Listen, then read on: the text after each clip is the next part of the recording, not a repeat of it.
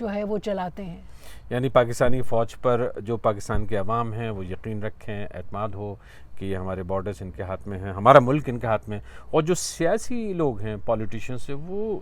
Discredit ہوتے ہیں یا کیے جاتے ہیں یا کیے جاتے رہے ہیں. دیکھیں کیونکہ عام طور پہ دیکھیے پاکستان میں انڈیا پاکستان کے حوالے سے بات کو بہت محدود رکھتا ہوں, اس لیے کہ کہاں دنیا سے مقابلہ کریں گے. ادھر پڑوس میں بھارت ہے, 72 سال سے ڈیموکریسی کا سیٹ اپ ہے, چل رہا ہے. ایک دور ایسا آیا ضرور جہاں کچھ دنوں کے لیے ایمرجنسی لگی, لیکن عام طور پہ وہ ڈیموکریٹک پروسیس, ڈیموکریٹک انسٹیٹیوشنز تھوڑے لڑکھڑاتے گرتے سنبھلتے لیکن چل رہے ہیں. پاکستان میں تو جمہوریت نام کی چیز کبھی پنپ ہی نہیں سکی. دیکھیے یوں سمجھ لیجیے کہ جو آج کے شاید ہندوستانی کو سمجھ آئے بات کہ جو آج کے ہندوستان میں RSS اور BJP ہیں وہ پاکستان آرمی ہمارے ہاں ہے اور زمانوں سے ہے. بہت دلچسپ بات کہہ رہی ہیں. مجھے لگتا تھوڑا سا ذرا سا آپ سے اور سمجھ لوں کہ آپ یہ کہہ رہی ہیں کہ جیسے بھارت میں RSS ہے, راشٹریہ سویم سیوک, اور ان کا پورے پریوار ہے جس کی آف شوٹ BJP ہے. آپ یہ کہہ رہی ہیں اس کا کسی طرح سے مقابلہ, موازنہ, کمپیریزن پاکستانی فوج سے کر رہی ہیں آپ,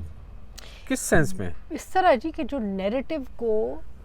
دبوچنا ہے نا, جو اس کو لوگوں کو یہ بتانا کہ یہی ہے, جو کہ جیسے RSS والے کرتے ہیں کہ جی یہی ہے ایک ہندوستانی ہندوستان جو ہے جو کہ لے کے انہوں نے چلنا ہے. اسی طرح پاکستان فوج یہ بتاتی ہے کہ جی پاکستان کو اس کی جو آئیڈیالوجی کو اور جو 2 نیشن تھیوری کو جو سنبھال کے جو چل رہا ہے ادارہ, وہ پاکستان فوج ہے, اور اگر پاکستان فوج نہیں ہے تو پاکستان نہیں ہے. یہ ایک نئی چیز ہے جو انہوں نے شروع بلکہ کی ہے. دیکھیں پاکستان میں لوگ تنقید کرتے تھے فوج پہ, لیکن وہ بھی چلتا تھا. کوئی کبھی کسی نے یہ انگلی نہیں اٹھائی تھی, ناراض ہوتے تھے, لیکن یہ کوئی نہیں کہتا تھا کہ بھائی تم لوگ غدار ہو, تم لوگ پاکستان کا حصہ نہیں ہو, یا تمہیں پاکستان سے. اب تو انہوں نے ایک ایسی ایک آئیڈیالوجی کو ترویج دیا ہے جس میں آپ کو لوگ مرنے مارنے کے لیے, کاٹنے کے لیے تیار ہیں. مطلب یہ لوگ کس سے کہتے ہیں کہ تم غدار ہو؟ میں آپ کو ایک مثال دیتی ہوں کہ کس طرح یہ ہو رہا ہے. ایک پوری ایک پروپیگنڈا کی ایک مہم جو ہے وہ شروع ہے جو کہ چلائی جاتی ہے. پنڈی اسلام آباد کے ایریا سے آپ لے لیں, وہاں سے 350 کے قریب مختلف یونیورسٹیوں سے جو ینگ اسٹوڈنٹس ہیں ان کو لیا جاتا ہے, ان کو انٹرنشپ ہوتی ہے. ہر شہر میں یہ ہو رہا ہے.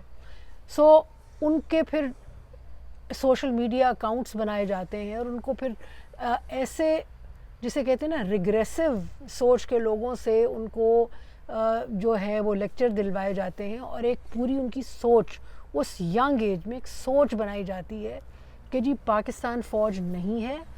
تو کچھ بھی نہیں. اور جو لوگ اس کو سوال کرتے ہیں, جو کہ سادہ سے ملک کی خاطر ایک سوال کرتے ہیں, وہ سب کے سب غدار ہیں, را کے ایجنٹ ہیں, وغیرہ وغیرہ. بہت دلچسپ بات کہہ رہی ہیں آپ. کہتے ہیں نا دونوں طرف آگ برابر لگی ہوئی ہے, لیکن میں فی الحال پاکستان پہ فوکس کروں گا, بھارت کی طرف نہیں آؤں گا ابھی, اس لیے کہ جو لوگ دیکھ رہے ہیں وہ سمجھ رہے ہیں کہ کچھ اشارے ادھر کے بھی ہیں. اب آتے ہیں وہ سب سے تازہ واقعہ جس نے پوری دنیا کو ہلا کے رکھ دیا ہے, اور پاکستان میں تو خاص طور پر خدا جانے کس طرح کا منظر ہے یہ تو آپ ہی بتا سکیں گے, لیکن پاکستان میں بے انتہا پریشانی ہے کہ جو آرٹیکل 370 ہے بھارتی آئین کا, ہندوستانی سنویدھان کا, جس کے تحت کشمیر کو ایک اسپیشل اسٹیٹس ملا تھا, اس کے زیادہ تر پروویژنس جو اسپیشل اسٹیٹس دیتے تھے وہ سب ختم کر دیے گئے. اور ایک طرح سے کہہ سکتے ہیں کہ جو کشمیر, جموں کشمیر اور لیہ جس کا حصہ بھی ہے, وہ سب اب بھارت نے باقاعدگی سے اپنے قبضے میں کر لیا. کسی بھی قسم کا کوئی کنفیوژن نہیں ہے. یہ جب اعلان ہوتا ہے تو میں آپ سے جاننا چاہتا ہوں, بھارت میں جو ہوا لوگ سمجھ رہے ہیں, دیکھ رہے ہیں, وہ ایک الگ کہانی ہے. پاکستان میں کس طرح سے یہ خبر پہنچتی ہے اور کس سطح پہ کس طرح کا ریئیکشن ہوتا ہے؟ پہلے ذکر کرتے ہیں جو پاکستان کی فوج ہے. میرے خیال میں جی فوج کے ذکر کرنے سے پہلے اگر آپ ایک جنرل, میں آپ کو ایک بتاؤں, بتائیے. اس لیے کہ دیکھیے پاکستان میں اس بات کی جو ہندوستان نے کیا ایک پریشانی تو ہے اور وہ فوج میں بھی ہے. اچھا لیکن ساتھ ساتھ یہ بھی ہے کہ جو سادہ عام لوگ ہیں وہ سمجھتے ہیں کہ دیکھیں دو چیزیں ہیں. ایک تو عام آدمی اس وقت ایسے وقت میں اس ایشو کے ساتھ پکڑا گیا ہے کہ وہ خود چت لیٹا ہوا ہے. مہنگائی اتنی ہے کہ وہ سر سے اوپر ہے. انفلیشن کا کوئی حال نہیں ہے. روٹی جو ہے وہ مہنگی ہو گئی ہے. لوگوں کے پاس اس وقت سانس لینے کی جگہ نہیں ہے. سو ایک تو لوگ پریشان ہیں لیکن بھوکے ہیں بھی ہیں, برے حال بھی ہیں. ایک تو یہ ہے. دوسرا یہ ہے کہ میری ابھی ایک دوست کشمیر میں ہے, ان سے گفتگو ہو رہی تھی تو میں نے ان سے پوچھا, یہ جو پاکستان والا کا کشمیر ہے, تو میں نے ان سے پوچھا کہ بھائی فوج لڑتی کیوں نہیں؟ تو جواب آیا کہ نہیں, ہار جائیں گے. تو یہ عام آدمی سمجھتا ہے کہ اس وقت نہیں ہے ہندوستان سے جنگ کرنے کا, اور یہ پہلی دفعہ ہے کہ عام آدمی سوچ رہا ہے اور کہہ رہا ہے کہ نہیں, جنگ لڑی نہیں جا سکتی. پریشانی ہے, دکھ ہے, لیکن ساتھ ایک بیچارگی بھی ہے کہ نہیں کچھ ہو نہیں سکتا. اب دیکھیں اس میں فوج میں, اور میرے خیال میں یہ ایسی افتاد سی آئی ہے کہ اس میں دیکھنے کی, اور یہ ٹائم لگے گا کہ کیا ریئیکشن کیا ہے پاک فوج کا. میرے خیال میں بہت سارے ایسے لوگ ہوں گے کیونکہ 72 سال سے ایک جو فوکس تھا پاکستان فوج کا وہ کشمیر تھا اور ہندوستان تھا. اب ایک دن صبح اٹھے اور کشمیر نہیں ہے اور ہندوستان نہیں ہے, تو آج کے دن میں تو بالکل ایسے ہوں گے, ایسے جتھے ہوں گے فوج میں جو کہ دکھی بھی ہیں اور غصے میں بھی ہیں, اور وہ سوال بھی اٹھائیں گے. ایک کمپیریزن میں آپ کو بتاؤں, ایک بڑا دلچسپ کمپیریزن ملتا ہے. جب رشیا سوویت یونین ٹوٹا تھا اور جب سوویت یونین کے جو سیاسی منظرنامہ ہے اس سے امریکہ جو ہے وہ پیچھے چلا گیا تھا. امریکہ وہ بوگی نہیں تھا جس کے ساتھ آپ نے جنگ لڑنی تھی. اب اس میں اگر آپ دیکھیں تو کہ قریب کمپیریزن آپ کو وہ ملتا ہے کہ شاید آج سے بہت سال بعد جب پاکستان تھوڑا سا مضبوط ہو فائنینشلی, جب پاکستان میں اتنی کیپیسٹی ہو, تو شاید کوئی کھڑا ہو اور کہے کہ نہیں ہم نے پاکستان کو مضبوط کرنا ہے. آج کے دن میں تو میرے خیال میں نہ پاکستان کے پاس جواب ہے, نہ پاکستان فوج کے پاس. پریشانی ضرور ہے لیکن جواب نہیں ہے. جواب نہیں ہے, مگر جواب تو دینا ہوگا ملک کو بھی اور لوگوں کو بھی, اور آس پاس جو بھی ایک کانسٹیٹوئنسی بنائی ہے پاکستانی فوج نے, اس کو کوئی نہ کوئی نیریٹو تو دینا ہوگا پاکستانی فوج کو. اس وقت فی الحال آپ یہ کہہ رہی ہیں کہ پاکستانی فوج کے پاس دور دور تک کوئی ایسا کنونسنگ نیریٹو نظر نہیں آتا کہ کوئی ایک وہ آئیڈیا کیا ہوگا جو عوام کے سامنے پیش کیا جائے. میرا اپنا خیال ہے جی, جیسے کہ آج ہی میں دیکھ رہی تھی سوشل میڈیا پہ کہ پاکستان کے جو وزیر خارجہ ہیں شاہ محمود قریشی صاحب, تو انہوں نے کسی کو اپنے ہاں عید پہ انہیں جب لوگ اکٹھے ہوئے اور پریس کانفرنس سی ہو گئی, تو اس میں انہوں نے کہا کہ نہیں آپ لوگ جانتے نہیں ہیں کہ سیکیورٹی کاؤنسل میں کتنا مشکل ہے. میرا اپنا اندازہ ان کی بات سن کے یہ ہے کہ یہ بات وہی کہیں گے کہ جی ایک کوئی بہت بڑی سازش ہے جو کہ انٹرنیشنلی ہوئی ہے پاکستان کے خلاف اور مسلمانوں کے خلاف. یہ اس کے پیچھے ہی, اس کی ہی آڑ میں تھوڑا سا سانس لینے کی کوشش کریں گے. ریپریشن پاکستان میں بھی بڑھے گا, پاکستان بھی کشمیر کی طرح اس کے ساتھ سلوک ہوگا, آوازیں دبائی جائیں گی,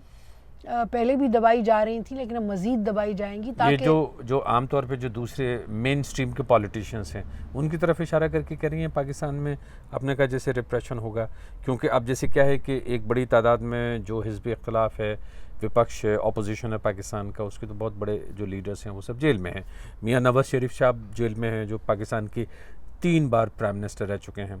آصف علی زرداری جیل میں ہیں جو ملک کے پریزیڈنٹ رہ چکے ہیں اور بہت پاورفل آدمی رہ چکے ہیں. نواز شریف کی بیٹی بھی جیل میں ہے. نہیں, میں ان کی بات, سیاست دان تو اپنی جگہ جی, میں سمجھتی ہوں کہ اور سیاست دان, سیاسی پارٹیاں, بلکہ مریم نواز شریف کو اس وقت اٹھایا گیا جب انہوں نے اپنے ایک جلسے میں کشمیر کی اور کشمیر میں جو سودا یہ امریکہ میں جا کے شاید کر کے آئے اس کی طرف انہوں نے اشارہ کیا, تب اٹھایا. لیکن میں سمجھتی ہوں جی کہ یہ اس سے بڑھ کے مطلب کہ سول سوسائٹی کی لیول پہ وہ لوگ جو کہ سوال اٹھائیں گے، جو کہ سوال اٹھا رہے ہیں کہ بھائی آپ نے سودا کیا کیا ہے، بات کرو، کوئی بتاؤ تو صحیح کہ یہ کیا اپنے گھات ہم پہ کیا لگایا ہے، تو ان کو بھی یہ تنگ کریں گے، ان کو بھی یہ اٹھائیں گے. پاکستان کے 2 پارلیمنٹیرین جو ہیں پشتون پارلیمنٹیرین علی وزیر، محسن داوڑ، وہ آلریڈی ان کو جیل میں ڈالا ہوا ہے. تو یہ ٹیررزم کے چکر میں، اور میں تو سمجھتی ہوں کہ اگر کوئی ایسی بات ہے اس کہانی میں، کوئی ہے کوئی چیز کہ یہ کوئی امریکہ میں ان کی کوئی گفتگو ہوئی ہے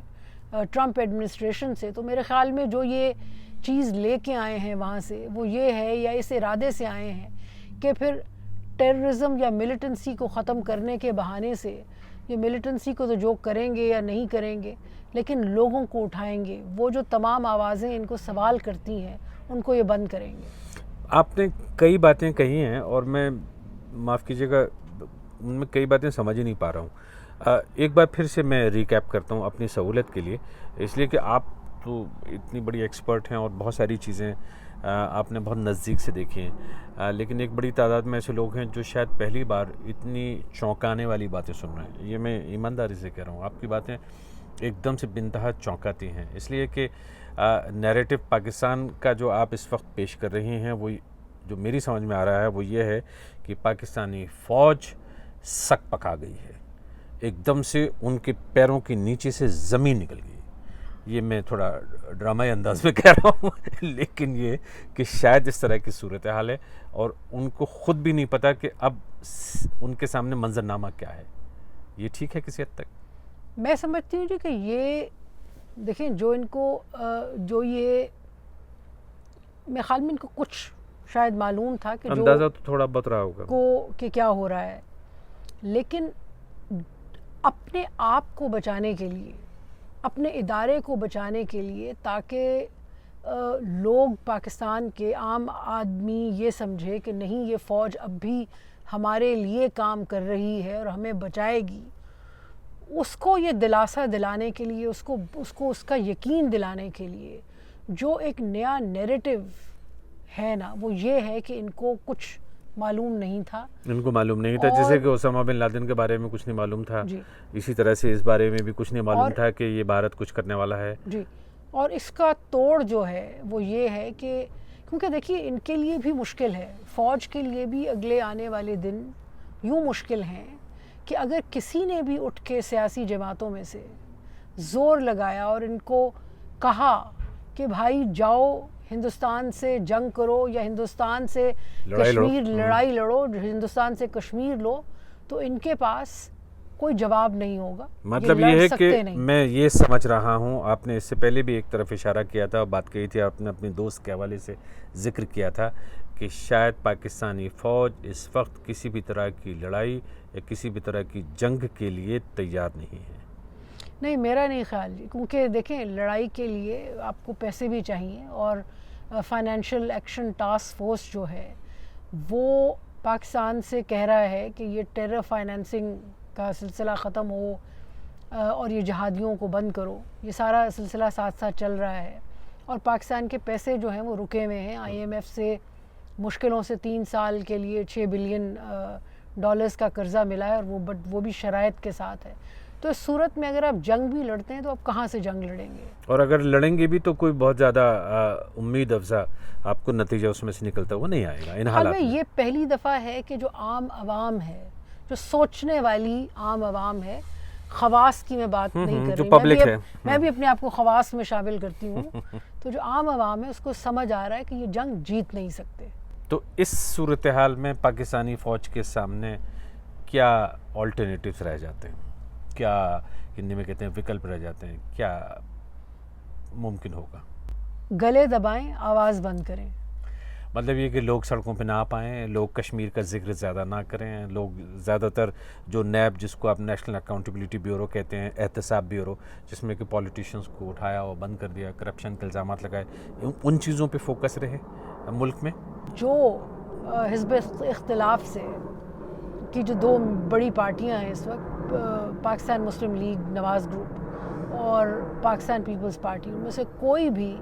کھڑے ہو کے ان کو للکارے نہ، ان کو یہ نہ کہے کہ جنگ لڑو. ہاں بڑی دلچسپ بات. مطلب یہ ہے کہ کہیں یہ خوف ہے پاکستانی فوج کو، جو میں سمجھ رہا ہوں کہ کہیں ایسا نہ ہو کہ جتنی بھی سیاسی جماعتیں ہیں، مثال کے طور پہ بے نظیر بھٹو کی جو پارٹی ہے پاکستان پیپلز پارٹی ہے، میاں نواز شریف کی مسلم لیگ پارٹی ہے، جو ایم کیو ایم اور اس کے جو بھی الگ دھڑے ہیں، جو بھی فرقے وارہ ہیں چیزیں ہیں، اور اس کے علاوہ جو بھی چھوٹی موٹی ادھر ادھر کی پارٹیاں ہیں، کہیں ایسا نہ ہو کہ وہ ایک ساتھ ایک منچ پر ایک محاذرہ کر سکیں ایک فرنٹ پہ آ کے، اور شاید جسے کہتے ہیں نا بلف، پاکستانی فوج کے ساتھ میں کھیل کر سکیں یا چیلنج کر سکیں کہ صاحب کشمیر ہمارا ہے، اب آپ کو جو کرنا ہے کریے. یعنی مینڈیٹ ہے، سیاسی مینڈیٹ ہے، اگر لڑائی کی نوبت آتی ہے تو لڑیے، اور وہاں صورتحال پاکستانی فوج کے لیے خستہ ہو جائے گی. بالکل آپ نے درست سمجھا. میں تو یہ سمجھتی ہوں کہ یہ نہیں چاہتے کہ یہ ایک تو پارٹیز اکٹھی ہوں، دوسرا یہ کہ یہ سوال اٹھائیں. بیکاز دیکھیے، ان کو کہنا کہ جی لڑو، یہ جنگ لڑو، کشمیر کی جنگ لڑو، اس کا مطلب یہ ہے کہ یہ ان کو بتانا پڑے گا کہ ہم لڑ سکتے ہیں، جیت سکتے ہیں یا نہیں جیت سکتے. آخر کارگل بھی کیا تھا نا انہوں نے، بغیر پوچھے کیا تھا. تو اب وقت ہے کہ ٹھیک ہے، آپ نے کارگل کیا، ایک سیاسی حکومت تھی اس وقت جس نے لاہور ڈیکلیریشن سائن کیا تھا، ایک گفتگو چلانا چاہ رہی تھی ہندوستان کے ساتھ، لیکن آپ نے اس کو اس کی پیچھے، اس کی کمر کے پیچھے، اس کے پیٹھ پیچھے آپ نے کارگل آپریشن کر دیا. تو اب بھی اگر آپ کریں تو میرے خیال میں ظاہر ایک سوال اٹھتا ہے کہ آپ جواب دیں گے، عوام کو جواب دیں کہ آپ کر سکتے ہیں نہیں کر سکتے، اور شاید یہ بڑا کلیئر ہو جائے کہ یہ نہیں کر سکتے. اور مجھے جو خطرہ ہے وہ یہ ہے کہ آگے چند دن جو گزریں گے تو شاید یہ ایک نیریٹو نہ کرنا شروع کر دیں کہ جی کیونکہ کرپشن تھی، کیونکہ یہ ایسے سیاستدان تھے، اس لیے ہم اتنے کمزور ہو گئے کہ ہم جنگ نہیں لڑ سکتے. کیونکہ یہ نیریٹو بھی ہو سکتا ہے، اور ایک نیریٹو جس کی طرف آپ نے پہلے اشارہ کیا کہ یہ جو بین الاقوامی سطح پر، جو انترراشٹری سطح پر، انٹرنیشنل لیول پہ ساری قوتیں ہمارے خلاف کام کر رہی ہیں، برق گرتی ہے تو بیچارے مسلمانوں پر. یعنی مطلب یہ کہ جو بھی انٹرنیشنل لیول پہ فورسز ہیں وہ پاکستان کا ساتھ نہیں دے رہے ہیں، پاکستان کے خلاف کام کر رہے ہیں. جی بالکل ایسی ہی بات ہوگی. جو میں سمجھتی ہوں کہ جی مجھے جو خدشہ ہے کہ اگلے 5-10 سالوں میں جو نوجوان نسل اس بڑے ایک تنگ لمحے سے گزرے گی، وہ اس کی سوچ دنیا کے بارے میں مزید معوف ہو جائے گی، اس کے ذہن معوف ہو جائے گا، وہ کنسپریسی کے علاوہ دنیا کو دیکھ نہیں سکے گا. اب ذرا سے یہاں یہ سمجھ لیتے ہیں، یہ تو آپ نے پاکستان کو اتنی اچھی طرح سے سمجھتی ہیں، جانتی ہیں، میں آپ کو بہت زیادہ چیلنج نہیں کر سکتا، اس لیے کہ آپ نے وہاں سوسائٹی میں رہ کے کام کیا ہے. مجھے یہ بھی پتہ ہے کہ آپ نے کنگس کالج یہاں سے پی ایچ ڈی کی ہے، وار اسٹڈیز پر آپ کا سبجیکٹ ہے. پھر اس کے علاوہ آپ دنیا کی بڑی بڑی یونیورسٹیز میں، امریکہ میں، سویڈن میں اور برٹن میں پڑھاتی آئی ہیں اسی سبجیکٹ پر، اسٹریٹجک افیئرس اور پاکستانی فوج، ان ساری چیزوں پہ بات کرتی ہیں. سواس جو school of oriental and African studies ہے، سواس جس کو بولتے ہیں لندن میں، اس میں آپ ایسوسیٹ فیلو ہیں، ریسرچ ایسوسیٹ ہیں. تو یہ تو آپ کا بیک ڈراپ ہے، اور پاکستان کے حوالے سے آپ کا بہت ہی سالڈ، تھوڑا سا مطلب جسے کہتے ہیں نا چیلنج کرنے والا معاملہ نہیں ہے میرے لیے. لیکن بھارت میں جو سچویشن ہے اس وقت کہ ادھر جموں کشمیر کے لوگ ہیں، اور خاص طور پہ کشمیر ویلی میں انہوں نے کسی نہ کسی حد تک پاکستان کی طرف بڑی امید لگا کے دیکھا تھا کہ شاید یہاں سے ہمیں کبھی کچھ مدد ملے گی. وہ قصہ ختم ابھی تو یہ ہے، مطلب چاہے اس کو لوگ ٹریجڈی سمجھیں یا ہنسی سمجھیں یا پل بھر میں، اس میں کچھ ڈیولپمنٹ ہوگا اس وقت تو نہیں. اچھا، یہ جو حافظ سعید، لشکر توبہ، جیش محمد وغیرہ وغیرہ اس طرح کے جو نام آتے رہے جاتے رہے، یہ سب ان کی دکانیں بند راتوں رات، یا ہو سکتا ہے جسے کہتے ہیں نا چراغ بجھنے سے پہلے ایک بار بھڑکتا ہے، یہ میدان میں آئیں گے؟ دیکھیں جی، میرا خیال میں پلوامہ کے بعد جو ایک ہوا ہے وہ یہ ہے کہ دنیا جو ہے، اب آپ دیکھیں جب پلوامہ ہوا اور پھر بالا کوٹ کا جو بھی ہوا، بلکہ اس میں آپ ڈیبیٹ کر سکتے ہیں کہ انڈیا نے آ کے لوگوں کو مارا نہیں مارا، وہ اپنی جگہ، لیکن یہ ہے کہ جو ایک ایسکیلیشن ہوئی اس میں آپ نے غور کیا کہ دنیا نے انڈیا کو کنڈیم نہیں کیا. ہندوستان کو کسی نے نہیں کہا کہ بھائی تم نے کیوں کراس کیا، نیوکلیئر وار شروع ہو جاتی وغیرہ وغیرہ، یہ کیوں کیا. سو چائنا ہو، چاہے رشیا ہو، چاہے امریکہ ہو، چاہے فرانس ہو، چاہے یو کے ہو، دنیا کے جو بیشتر طاقتور ممالک ہیں وہ اس جہادی پروجیکٹ سے سہمت نہیں ہیں. وہ چاہتے ہیں کہ کھینچ رہے ہیں، ہاتھ کھینچ رہے ہیں، کب کے کھینچ چکے ہیں. بلکہ اب اس میں ایک ہی طریقہ ہے کہ اگر خدا نخواستہ امریکہ اور ایران کا کچھ ہو جاتا ہے تو شاید ایک جگہ ان کے لیے، ان جہادیوں کے لیے بن جائے، یہ مت بھولیے. لیکن وہ شاید اس حوالے سے بھی بن جائے کہ یہ شیعہ ہیں، ادھر سنی کافی جو جہادی گروپ ہیں پاکستان میں وہ تو زیادہ سنی ہیں. لیکن دیکھیں نا، ان کو سانس لینے کے لیے ان جہادی گروپس کو پھر جو چاہیے ہوگا، جو ان کو بریڈ کرنے کے لیے، اس میں آپ کو پھر تھوڑی سی اور جگہ ان کو بنا کے دینی پڑے گی، اور اس میں دینی پڑے گی. اور سب سے بڑا خطرہ یہ ہوتا ہے کہ آپ ایران کی طرف لے جانا چاہتے ہیں، وہ خدا جانے کس طرف چلے جاتے ہیں. کیونکہ دیکھیے جو افغانستان اور روس اور وہ جو پورا پچھلے 25 سال کا معاملہ ہے، اس میں ہم نے یہی دیکھا کہ مجاہد تیار کیے گئے تھے روس کے خلاف لڑائی لڑنے کے لیے افغانستان میں، نجیب اللہ وغیرہ جو اس سے پہلے کے رجیم سے، اور اس کے بعد میں پتہ یہ چلا کہ اسامہ بن لادن ہے اور امریکہ ہے اور ویسٹ ہے. ایک لڑائی کہاں پہ پہنچ گئی. تو مجھے لگتا ہے کہ کہیں نہ کہیں یہ بات تو ذہن میں ہوگی امریکہ کے، یا جو بھی یہ کیا نام ہے، لنسی گراہم جو سینیٹر ہیں امریکہ، لنسی گراہم، جن کے بارے میں یہ کہا جاتا ہے کہ آپ ہی نے کہیں لکھا ہے، چارلی ولسن ورژن 2 ایک فلم آئی تھی چارلی ولسنس وار، میں نے دیکھی ہے، اور جس میں اوم پوری جو ہیں وہ ضیاء الحق کا کردار کرتے ہیں. آپ نے دیکھی؟ نہیں میں نے نہیں دیکھی. اور یہ صاحب اس میں بڑے دلچسپ، اس میں یہ ہے کہ وہ کس طرح سے جو چارلی ولسن ہیں، جو سینیٹر ہیں، اور آس پاس میں کس طرح سے موبیلائز کرتے ہیں کہ زیادہ سے زیادہ پیسہ جو ہے اور ہتھیار جو ہیں، ساری چیزیں پاکستان کو دینی ہے، ضیاء الحق کو دینی ہے، اور پھر ضیاء الحق، اور پھر وہ جہاد کے نام پر، یعنی دھرم کے نام پر، مذہب کے نام پر روسیوں کے خلاف لڑائی لڑیں گے. اور ایسا ہوا بھی. خیر بہرحال انہی لنسی گراہم نے، جو کہ سینیٹر ہیں امریکہ میں، انہوں نے ہی عمران خان اور جو قمر باجوہ پاکستانی فوج کی چیف ہیں، ان کی میٹنگ کرائی تھی. جی اس کے پیچھے ان کا بہت بڑا رول ہے، بہت بڑا پلاننگ کرنے میں اور لوگوں کو ملانے میں. تو میں یہ جاننا چاہتا ہوں کہ یہ جو آگے کے لیے جو بھی طے ہوگا، جس طرف ہم اشارہ کر رہے تھے کہ وہ ٹیررسٹ گروپ جو ہیں ان کا کیا ہوگا وغیرہ، وہ چیز شاید یہاں سے بھی ڈیسائیڈ ہوگی. وہ میٹنگ میں ایکچولی کیا طے ہوا تھا، وہ کس قدر کامیاب تھی؟ میں تو وہاں موجود نہیں تھی، اور میں ایک فلائی آن دا وال بھی نہیں تھی، لیکن پھر بھی سورسز ہوتے ہیں. لیکن دیکھیں، ایک تو جو نظر آ رہا ہے نا، جب سے یہ واپس آئے ہیں قمر باجوہ اور عمران خان، یہ لوگ واپس آئے ہیں، ایک تو دیکھیں اس سے پہلے، جانے سے پہلے، کیونکہ یہ ایک میٹنگ میں سب کچھ تو نہیں ڈیسائیڈ ہوا، اس سے جانے سے پہلے اور جانے کے بعد ایک تو چائنا کے ساتھ جو پاکستان کے روابط ہیں ان میں تھوڑی سی ٹھنڈک محسوس کی جاتی ہے. سی پیک جو کہ ایک زمانے میں کہا جاتا تھا، پاکستان کہتا تھا کہ گیم چینجر ہے پورے خطے کا، وہ بھی پیچھے دھکیلا جا رہا ہے. ایران پہ لوگوں کو بالکل شدید یہ شک ہے کہ ایران پہ بھی بات ہوئی ہوگی، اور اگر نہیں ہوئی تو کم از کم وہ رابطے ہوئے ہیں جس میں آگے چل کے بات ہوگی. واپس میں آپ کو لے جاتی ہوں کشمیر کی طرف. تو اگر تو وہ والا معاملہ، وہ دکان کھل جاتی ہے تو پھر ظاہر ہے جہاد پھر سے قائم و دائم ہوگا. لیکن آج کے دن میں میرے خیال میں انہوں نے جو ہے حافظ سعید ہوں یا مسعود اظہر ہوں جیش محمد کے، یا اور جو جہادی لیڈر ہیں،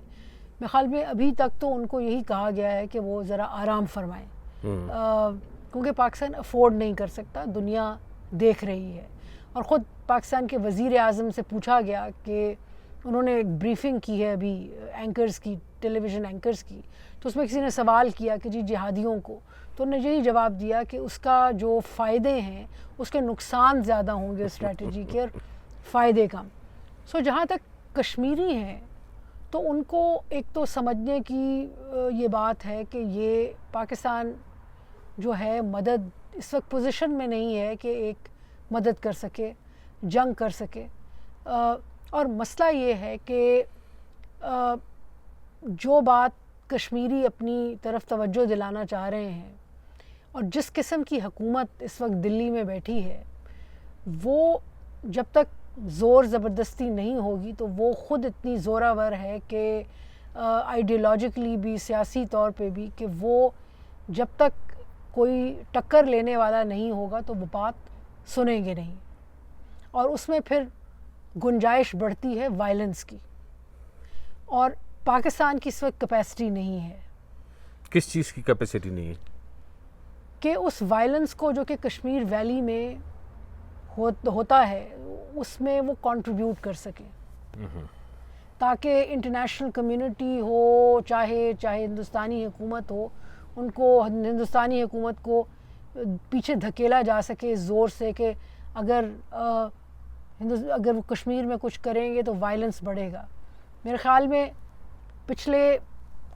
4-5 سالوں سے ایک ایسا ماحول بنا ہے جس میں دہلی میں یہ رسک ٹیکنگ کی کیپیسٹی بڑھ گئی ہے کہ اچھا ٹھیک ہے. ایک تو یہ کہ ان کو یہ نظر آ رہا ہے کہ پاکستان جو ہے وہ اس کی وائلنس کرنے کی میں کنٹریبیوٹ کرنے کی کشمیر میں کیپیسٹی کیسے کم کی جا سکتی ہے، اور دوسرا یہ کہ اچھا اگر ہوتا بھی ہے وائلنس تو اتنا برداشت کر لیں گے. یہ وائلنس کے حوالے سے میں ایک بات کہوں گا، جیسے کہ بھارتی حکومت نے جب یہ اعلان کیا آرٹیکل 370 کو کس طرح سے اسکریپ کیا زیادہ تر اس کے حصے، اور اس کے بعد پھر کرفیو اور فون کی لائنیں اور انٹرنیٹ وغیرہ ساری چیزوں کو ختم کر دیا گیا، اور 2 دن 3 دن 4 دن لوگوں میں پریشانی رہی. اسی میں ایک ویڈیو نکل کر آیا،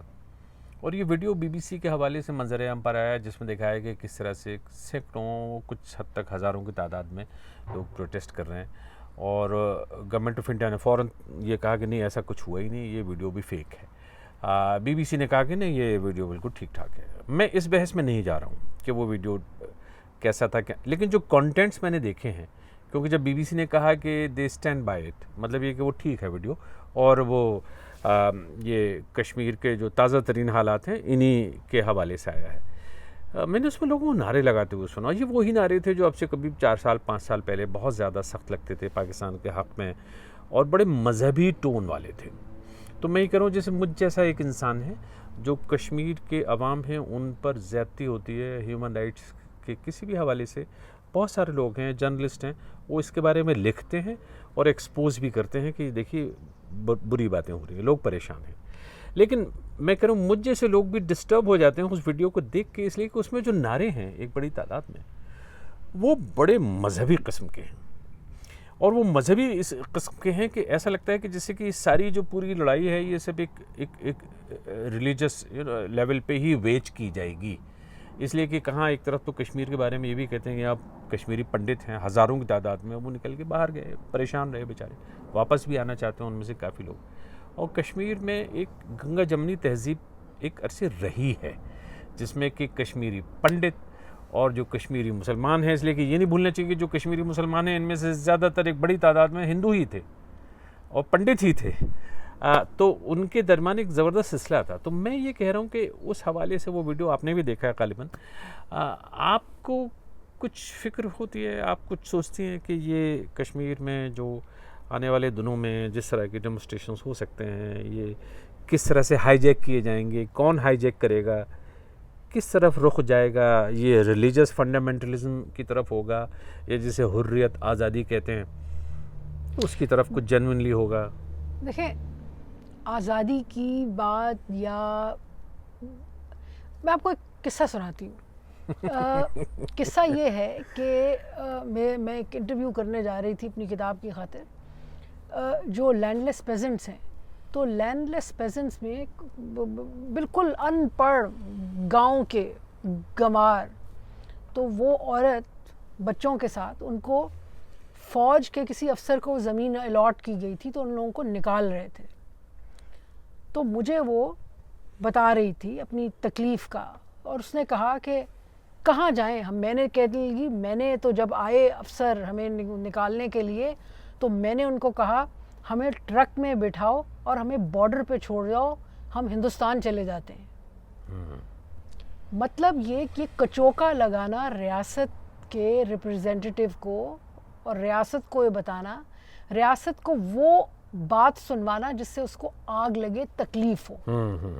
تو میرے خیال میں جس قسم کے نعرے بازی ہو رہی ہے کہ جی ہم پاکستان کا حصہ بنیں گے وغیرہ وغیرہ, شاید پاکستان کا اب بھی حصہ نہ بننا چاہیں کشمیر کے عام لوگ, لیکن ایک بات یہ ہے کہ ظاہر ہے وہ جسے کہتے ہیں پراڈ کر رہے ہیں, وہ کچوکا لگا رہے ہیں دہلی کے پالیسی میکر کو دیکھو یہ ہے. دوسرا یہ ہے کہ جی بالکل خطرہ تو بڑھتا ہے کہ جب جو پروگریسو ایلیمنٹس ہیں, جب سوسائٹی کے اندر وہ لیئرز کم ہو جائیں جس میں آپ نہیں تو کوئی اور, وہ نہیں تو کوئی اور میرا ہاتھ تھامے, تو پھر جو ایکسٹریم ایلیمنٹس ہیں جو کہ کل تک مارجنل تھے, وہ مزے کی دلچسپ بات یہ ہے کہ ایک زمانے تک جو شروع میں جب JKLF نے Jammu and Kashmir liberation front نے 1989 کے بعد شروع کیا معاملہ کشمیر کی میں جو تحریک شروع ہوئی,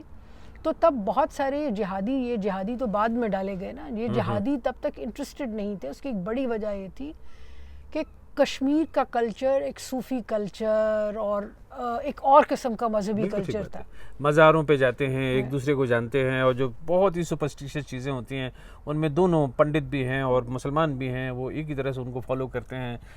وغیرہ وغیرہ. تو وہ جو ہے نا, تو وہ ایک تو اتنے سالوں ان کی انٹرفیئرنس ہوئی. اب جو ہے جب بالکل بیک ٹو دا وال, مطلب یہ کہ بالکل رستہ نہیں, تو پھر وہ ایکسٹریم رائٹ ونگ کی طرف جائیں گے بھی اور اس کی بات بھی کریں گے کشمیر میں. جی, اور خطرہ یہ ہے, بالکل خطرہ ہے جی, کہ جیسے آئسس جو ہے, داعش اور القاعدہ, اس قسم کے ایلیمنٹس جو ہیں وہ اس میں در اندازی نہ کریں, وہ نہ آ جائیں. یہ بڑی دلچسپ بات کی. میں نے اس لیے کہا کہ میں نے وہ ویڈیو دیکھا تو ایک لیول پہ تو ٹھیک ہے کہ لوگ ڈیمونسٹریشن کر رہے ہیں, پریشان ہیں, وہ بات سمجھ میں آتی ہے, لیکن اس میں جس طرح کے ریلیجس فنڈامنٹلزم نکل کے آ رہا تھا ان نعروں سے, اور پوری ایک سوچ نکل کے آ رہی تھی, اور تو کہیں دیکھنے والے کو فکر ہو جاتی. دیکھیں میرا خیال ہے کہ یہ جو پروگریسو ایلیمنٹ ہے ہندوستان میں, اس کے ایک ذمہ داری اس پہ ہوتی ہے کہ آپ اس کو صرف دیکھ کے یہ نعرے بازی کو اور یہ کتنی رائٹ ونگ کی ہے آپ ہاتھ دھو کے پیچھے نہ ہوں, بلکہ یہ بات جو ہے کہ دیکھیں آرٹیکل 370 کا بنتا ہے, کیا بنتا ہے, اس کو واپس لے کے آتی ہے ہندوستان کی حکومت یا نہیں, لیکن میرے خیال میں جو ہیومن رائٹس وائلیشنز ہیں وہ بہرحال اس کے خلاف تو آواز اٹھانی چاہیے, اوپریشن کے خلاف آواز اٹھانی چاہیے. لوگ اپنا ایک حق مانگ رہے ہیں, ایک اٹانومی مانگ رہے ہیں, اور یہ ایک زخم ہے جو رستہ رہے گا تو ہندوستان کو بڑھ کے اور بھی نقصان دے گا. بہت بہت شکریہ آپ کا. Thank you. cineink.com